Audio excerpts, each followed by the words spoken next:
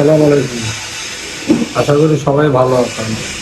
তো এই যে তেল নাকি বাংলাদেশের সংকট, এটা তো সবাই জানেন। প্লাস তেলের দাম বা তেল নিয়ে অনেক হিজিং চলতেছে। তো পাম্পে গেলে ওখানে প্রশাসন বা পুলিশ বাইকারদের 200 টাকা বা 1 লিটার বা 2 লিটার এইরকম একটা নিয়ম করে তারা তেল দিচ্ছে। তাইলে প্রশাসন যদি ওই জায়গায় তেল দেয় এরকম করে যে 200 টাকার বা 2 লিটার, তাইলে এই যে গ্রাম অঞ্চলে এই যে কিছু অসাধু ব্যবসায়ী সিন্ডিকেট ব্যবসা করছে, মানে তারা বিক্রি করতেছে তেলগুলো 250 টাকা লিটার। পাম্পে কিন্তু তেলের দাম ঠিকই আছে, 125 টাকা লিটার। পাম্পের যে রেটটা কিন্তু এরকমই আছে। তাইলে তারা 125 টাকা বা 130 টাকা লিটার তেল কিনে এনে, মানে তারা কেমনে 250 টাকা লিটার বেচে?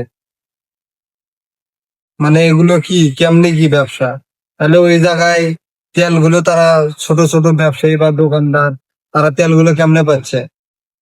মানে কারণটা তো, বিষয়টা তো বুঝলাম না। আর প্রশাসন ওখানে কি করতেছে? তারা তেলগুলো কোথা থেকে পাচ্ছে? তেল নাকি শুধু বাইকারদের দেওয়া হচ্ছে, কই?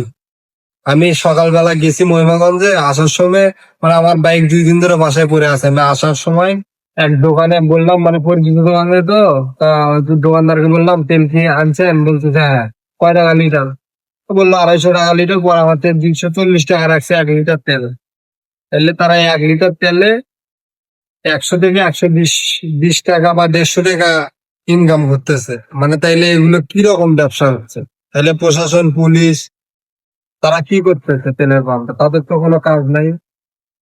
তারা ওখানে ডিউটি করাতে না করাই ভালো।